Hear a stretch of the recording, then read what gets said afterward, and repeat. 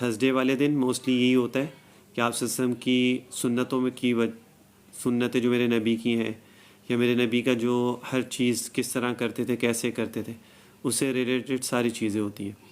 ہر جمعرات کو مجلس کے اندر یہ ساری چیزیں میں بتاتا ہوں، ہر جمعرات کے جمعرات۔ آج کا جو کانٹینٹ ہے نا، وہ آپ صلی اللہ علیہ وسلم کے لباس سے ہے، لباس سے ریلیٹڈ آج کا کانٹینٹ ہے جو میں آپ لوگوں کو بتاؤں گا ابھی، ٹھیک ہے نا، کہ میرے نبی لباس کیسا پہنتے تھے، اس میں کیا چیزیں تھیں، پسند کیا تھا۔ وعلیکم السلام۔ اور وہ ساری چیزیں اس کے اندر ہیں، حدیث میں کیا چیزیں بیان کی گئی ہیں اس کے بارے میں، وہ چیزیں ابھی بتاتا ہوں میں آپ لوگوں کو، ٹھیک ہے۔ ان شاء اللہ تعالیٰ یہ چیزیں سنا کریں اور اسی طرح اس کے اوپر عمل کیا کریں۔ جو حدیث میرے نبی سے ریلیٹڈ ہوتی ہے اس کو سن کر اس پہ عمل بھی کیا کریں، تو ان شاء اللہ تعالیٰ اس سے بہت فائدہ ہوتا ہے، اس سے بہت فائدہ ہوتا ہے۔ لیکن انسان صرف سنے اور اس پہ عمل نہ کرے نا، تو پھر وہ برکات نہیں ملتی انسان کو۔ اصل چیز ہوتی ہے پڑھ کر، سن کر، اس پہ عمل بھی کرنا۔ جب تک انسان پریکٹیکلی کوئی چیز نہیں کرتا نا، تب تک وہ چیزیں فائدہ نہیں دیتی ہیں، ٹھیک ہے نا۔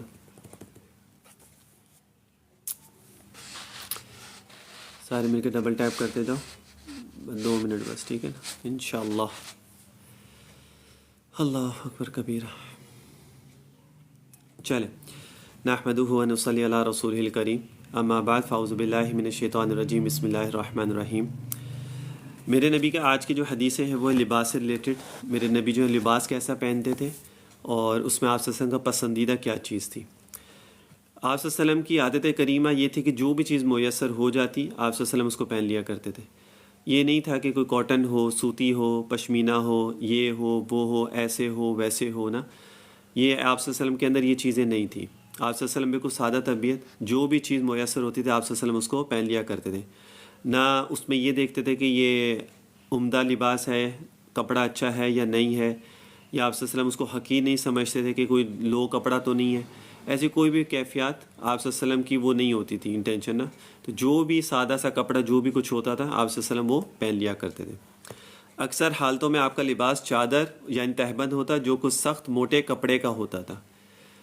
آپ صلی اللہ علیہ وسلم کا زیادہ تر کیا ہوتا تھا، چادر ہوتی تھی موٹی، تھوڑے کپڑے کی ہوتی تھی، اور کبھی پشمینہ بھی پہنا ہے۔ پشمینہ تھوڑا سافٹ سا کپڑا ہوتا ہے، یہ جو عورتیں ان کو تو پتہ ہوتا ہے، شال وغیرہ لیتی ہے، پشمینہ کی جو ہوتی ہے نا وہ بالکل سادہ سافٹ سا کپڑا ہوتا ہے۔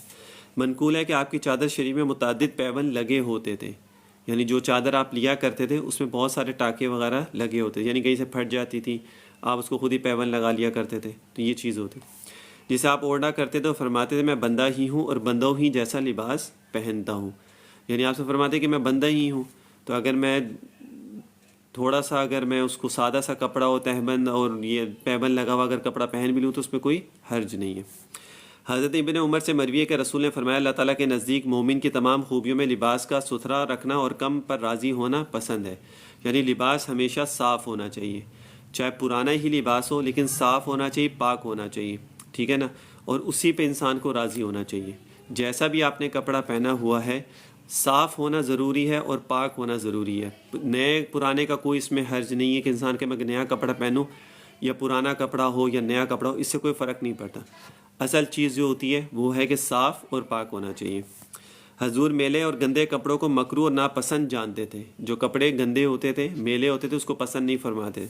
حضور اپنی تہبند کو سامنے کی جانب لٹکاتے اور عقب میں اونچا رکھتے تھے، یعنی آپ صلی اللہ علیہ وسلم جو دھوتی تہبند کہتے ہیں دھوتی کو، جس طرح آج کل پہنی جاتی ہے، تو وہ جو آپ صلی اللہ علیہ وسلم آگے سے جو نوٹ باندھتے تھے، ٹھیک ہے نا، اس کو تھوڑا سائڈ پہ رکھتے تھے تاکہ وہ حجاب اس کے اندر رہے۔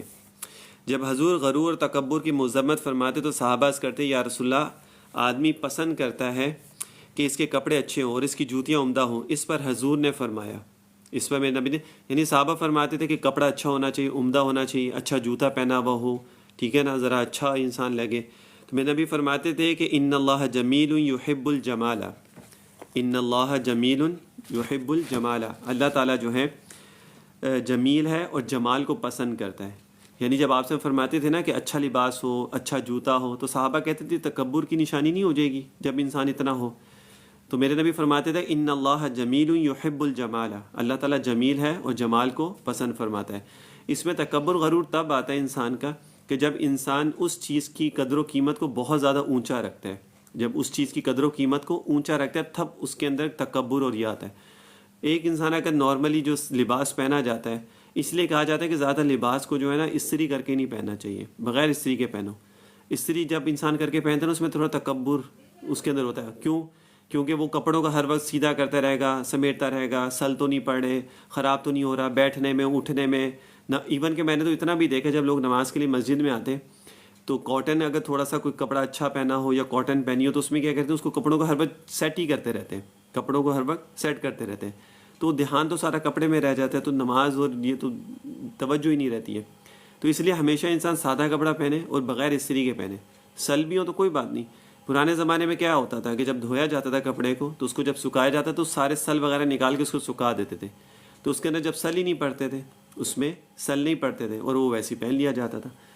تو یہ بہت ضروری ہے چیزیں اس کے اندر نا, تو اس سے انسان میں تکبر اور توجہ ان چیزوں میں نہیں رہتی بھی. اچھا, ایک اور حدیث میں آپ سے نے فرمایا کہ ان اللہ لطیف یحب اللطافۃ, بے شک اللہ تعالیٰ لطیف ہے اور لطافت کو پسند فرماتا ہے. چنانچہ خود حضور وفود کے آنے پر ان کے لیے تجمل فرماتے, جمعہ و عیدین کے لیے بھی آرائش فرماتے, مستقل جد اللباس محفوظ رکھتے تھے. یعنی عیدین ہو, کوئی وفد دوسرے شہروں سے کہیں سے آ رہا ہوتا تھا تو اس کے لیے بھی آپ صلی اللہ علیہ وسلم جو ہے وہ اچھا لباس ایک رکھا ہوتا تھا. ویسے آپ صلی اللہ علیہ وسلم سادے ہوتے تھے, پیون لگے ہوئے کپڑے بھی پہن رہے, کوئی حرج نہیں ہے. لیکن جب کوئی وفود آتے تھے باہر سے یا عیدین ہوتا تھا یا جمعہ تو اس میں لباس تھوڑا اچھا پہنتے تھے. حضرت ام سلمہ سے منقول ہے کہ حضور کا محبوب ترین لباس قمیص کرتا تھا, اگرچہ تہبند اور چادر شریف بھی باکثرت زیب تن فرماتے تھے. یعنی اوپر کرتا ہوتا تھا اور نیچے تہبند یعنی دھوتی پہنی ہوتی تھی. یہ آپ سے کا پسندیدہ تھا, لیکن آپ صلی اللہ علیہ وسلم نے اکثر نیچے تہبند باندھا ہے اور اوپر چادر آپ صلی اللہ علیہ وسلم نے لپیٹی ہے. لیکن قمیص کا پہننا زیادہ پسندیدہ آپ صلی اللہ علیہ وسلم نے اس کو فرمایا ہے. حضرت انس سے مروی کہ میرے نبی کا پیرہن مبارک سوتی اور تنگ دامن اور آستین والا ہوتا تھا, تنگ دامن اور آستین والا ہوتا تھا, اور آپ کی قمیض مبارک میں گھٹیاں لگی ہوتی تھیں اور قمیض مبارک میں سینے کے مقام پر گریبان تھا, اور یہی قمیض کی سنت ہے. جیسے آج کل ہم لوگ یہ جو پہنتے ہیں نا اسی طرح سے. اور آپ صلی اللہ علیہ وسلم کی یہ جو بازو ہوتے تھے نا یہ بہت زیادہ کوئی ڈھیلے نہیں ہوتے تھے, بہت زیادہ جس طرح آج کل ہوتا ہے نا لٹک رہے ہوتے ہیں, ویسا نہیں ہوتا تھا. اور آگے گریبان ہوتا تھا, اسی طرح بٹن سامنے لگے ہوتے تھے. ایک صحابی فرماتے کہ حضور نے مجھے اس حال میں دیکھا کہ میرے جسم پر کم قیمت کے کپڑے تھے, یعنی کم قیمت والا آپ صلی اللہ علیہ وسلم نے دیکھا کہ کپڑا پہنا ہوا تھا اس شخص نے. تو فرمایا کیا تیرے پاس از قسم مال نہیں ہے؟ میں نے عرض کیا کہ ہاں, اللہ تعالیٰ نے مجھے ہر قسم کے مال و دولت سے نوازا ہے.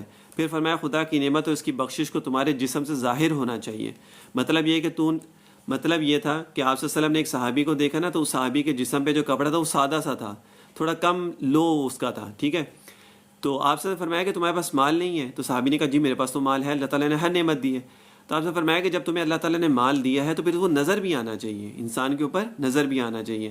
یعنی اچھا ہو, کپڑا پیسہ دیا ہے تو اچھا لباس پہنا ہو, ٹھیک ہے نا, اور صاف ستھرا لباس ہو. سفید کپڑا پہننا میرے نبی کی سنت ہے, اور میرے نبی نے ہمیشہ سفید کپڑا پہنا ہے. آپ صلی اللہ علیہ وسلم نے گرین کو بھی استعمال کیا ہے, گرین کو بھی استعمال کیا ہے. اور امامہ تو آپ صلی اللہ علیہ وسلم نے بہت کلر کا پہنا ہے, امامہ بہت کلر کا پہنا آپ صلی اللہ علیہ وسلم نے. لیکن زیادہ جو آپ کا پسندیدہ جو لباس تھا نا, جو آپ نے زیادہ استعمال کیا, وہ سفید لباس تھا. تو انسان کو زیادہ تر سفید استعمال ہی کرنا چاہیے. باقی لباس بھی اگر آپ استعمال کرنا چاہیں تو کر سکتے ہیں, حرج نہیں ہے, لیکن سفید جو ہے وہ زیادہ استعمال کرنا چاہیے. اچھا, اور ایک الجھے ہوئے بالوں والے پریشان حال کے بارے میں پوچھا کہ کیا یہ شخص کوئی ایسی چیز نہیں پاتا جس سے اپنے سر کو تسکین دے. یعنی ایک شخص کو آپ صلی اللہ علیہ وسلم نے دیکھا تو اس کے الجھے ہوئے بال تھے, یعنی بال بنے ہوئے نہیں تھے صحیح طریقے سے, اس کی کنگھی وغیرہ نہیں ہوا تھا. تو آپ نے فرمایا کہ اس کے پاس کوئی ایسی چیز نہیں ہے جسے اپنے بالوں کو سنوار سکے, اپنے بالوں کو سنبھال سکے. تو میرے نبی کو ان چیزوں کو دیکھ کے تھوڑی کوفت ہوتی تھی کہ جب تمہارے پاس مال ہے, اللہ نے مال دیا, تو اچھے ٹپ ٹاپ بن کے رہو نا. لیکن یہ ٹپ ٹاپ جو ہے نا, یہ تکبر نہیں آنا چاہیے انسان میں. آج کل کیا ہوتا ہے نا, ہم جب کوئی ایسا اچھا لباس پہن لیں, کوئی برانڈیڈ کپڑا پہن لیں یا کوئی ذرا اچھے برانڈ کا کپڑا پہن لیں, تو ہم تھوڑا سا ہمارے اندر نا وہ باڈی لینگویج ہماری چینج ہونا شروع ہو جاتی ہے, عاجزی ہمارے اندر سے ختم ہو جاتی ہے, ٹھیک ہے نا. اور جب ہم کوئی سادہ سا نارمل کپڑا پہنتے ہیں تو ہم عاجزی ہمارے اندر ظاہر ہو رہی ہوتی ہے. اور جب ہم کوئی اچھا کپڑا پہنتے ہیں تو ہمارے اندر ساتھ ہی تھوڑی باڈی لینگویج چینج ہوتی ہے, تو تکبر آنا شروع ہوتا ہے, تو اکڑ کے ہم لوگ چلنا شروع ہو جاتے ہیں, لوگوں کو شو کراتے ہیں کہ جی آج ہم نے دیکھو کتنا اچھا کپڑا پہنا ہے. یہ چیزیں انسان کے اندر نہیں ہونی چاہیے, منع نہیں ہے ان سب چیزوں سے. اچھا کپڑا پہننا, اچھی گاڑی رکھنا, اچھا جوتا پہننا, اچھی گھڑی پہننا, اچھی سے اچھی ہر چیز استعمال کرنا, ان سب چیزوں میں اسلام میں ممانعت نہیں ہے. لیکن ان چیزوں کی وجہ سے اگر انسان اللہ سے دور ہو رہا ہے نا, یا اس کے اندر تکبر آ رہا ہے, یا وہ شو آف کر رہا ہے, یا لوگوں کو حقیر سمجھ رہا ہے, اپنے آپ کو اچھا سمجھ رہا ہے, پھر یہ چیزیں جائز نہیں ہیں. پھر استعمال انسان یہ چیزیں نہ کرے, پھر وہ سادہ سا کپڑا پہنے تاکہ اس کے اندر یہ ساری چیزیں نہ آئیں. اور ایسے شخص کو دیکھا جس کے میلے اور غلیظ کپڑے تھے، فرمایا یہ شخص کوئی ایسی چیز نہیں پاتا جسے اپنے کپڑوں کو دھو لے. یعنی میرے نبی نے یہ نہیں فرمایا کہ تم روزانہ جو ہے وہ کپڑے نئے نئے پہنو. میرے نبی نے فرمایا صاف کپڑا ہونا چاہیے. اگر تمہارے پاس 2 سوٹ بھی ہیں تو تم ایک کپڑا پہنو، ایک کو دھو لو، صاف ستھرا کر کے اس کو پہنو. حضور سفید لباس پہننے کو پسند فرماتے اور کہتے تھے کہ حسین ترین لباس سفید کپڑوں کا ہے. حسین لباس جو ہے وہ سفید کپڑوں کا ہے. چاہیے کہ تم میں سے زندہ لوگ بھی پہنے اور اپنے مردوں کو بھی سفید کفن دے. اور حضور کالی کملی اوڑھا کرتے تھے، یعنی کالی چادر لیا کرتے تھے.